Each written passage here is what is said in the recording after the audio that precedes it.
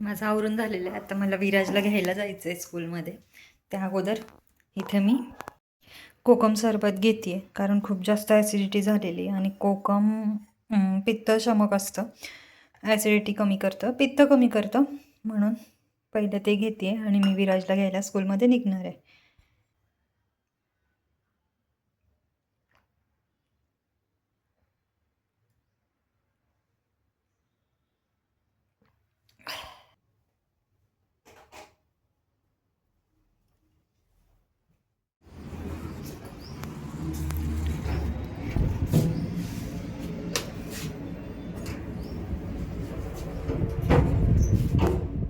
छान करत होता, मी बघितला.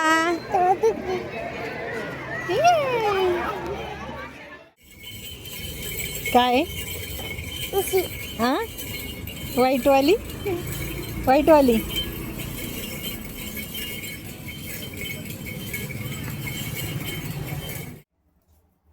विराजला घेऊन घरी आले. तिथून पुढे माझा स्वयंपाक पण व्हायचा होता आणि आजकाल आरवीला मला प्रत्येक कामात मदत करायची. पण मी लसूण सोलायला बसलेच होते, लगेच येऊन माझ्याजवळ बसली, मम्मा मी हेल्प करते म्हणून.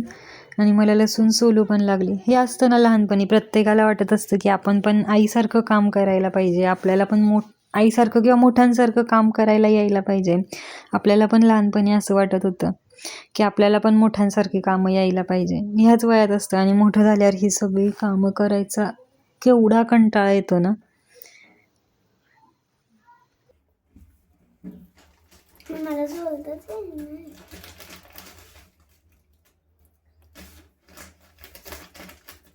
आज शिवण्याला रागवलं टीचर. कुणाला? शिवण्या. का? तिने लाईनच ब्रेक केली म्हणून. अगं डान्स होता ना तेव्हा लाईन हे केली तिने. ब्रेक ब्रेक ब्रेक म्हणजे का ब्रेक म्हणजे झाली हाऊस. इकडे मी सांगते कसं सोलायचं असतं. इकडे हे बघ, थांब दुसरा घेते. दुसरा सांगते. हा धरला ना, इकडनं नाही काढायचं, त्याचं हे वरचं आहे ना इकडनं काढायचं.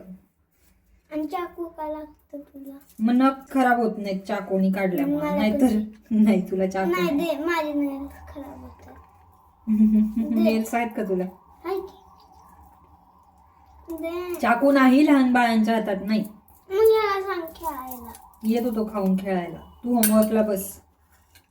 काय होमवर्क? रीडिंग कर. होमवर्क जरी नसेल तरी आरवी रीडिंग कर. काय सांगतेय मी? कुणीचं रीडिंग तर असतं ना. हो ना, आपलं बघा ना, आपला 2 दिवसाचा होमवर्क पेंडिंग आहे, तो करा ना. ह्याचा दीदीला शिकवायला. हा, दीदी त्याचा घे पहिले, मग मी तुझं रीडिंग घेते. नंतर आम्हाला घेऊ दे. बर, थोडा वेळ खेळा, मग तू त्याचा घे. तोपर्यंत माझं स्वयंपाकाचं. इथे ना मला पालक आणि दुधी भोपळा घालून थालीपीठ करायचे होते. ते मी करायला घेतले. त्यासाठी मिक्सरच्या भांड्यात मिरची, लसूण आणि जिरे घालून मी बारीक करून घेतले.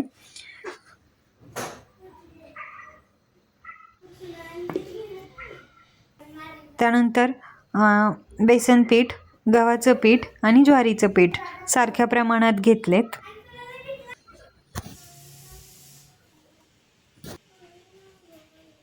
किसून घेतलेला भोपळा आणि शिजवून बारीक करून घेतलेला पालक.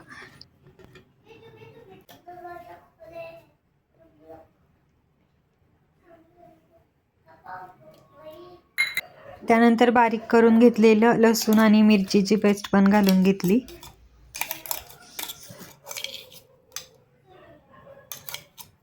इथे मीठ मी घातलं होतं, पण मीठ घालतानाचा शूट घ्यायला मी विसरले.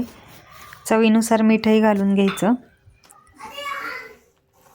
आणि थालीपीठ थापता येतील असं खूप पातळही नाही आणि खूप घट्टही नाही, असं मळून घ्यायचं.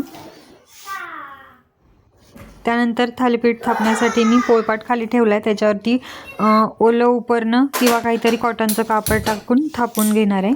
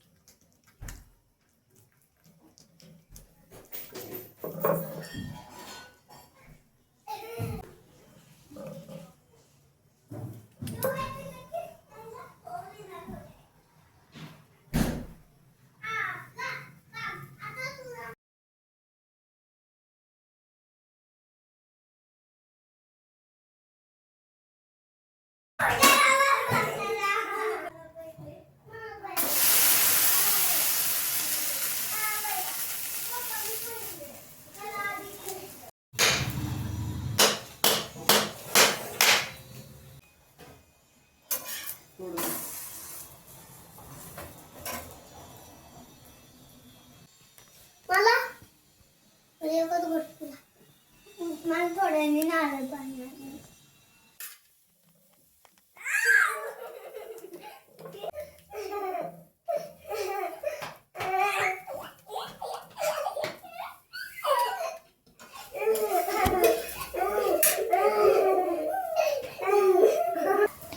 जवळपास अर्ध्यापेक्षा जास्त भाजून झाल्यानंतर त्याच्यावरती तूप घालायचं आणि बारीक गॅसवर जरा वेळ ठेवायचं, म्हणजे ते छान क्रिस्पी होतं. दही किंवा खोबऱ्याच्या चटणीबरोबर खूप छान लागतात. चला तर मग आजच्या या माझ्या रेसिपीसोबत मी माझा व्लॉग इथंच संपवते. भेटूया परत उद्याच्या एका छान व्हिडिओसोबत.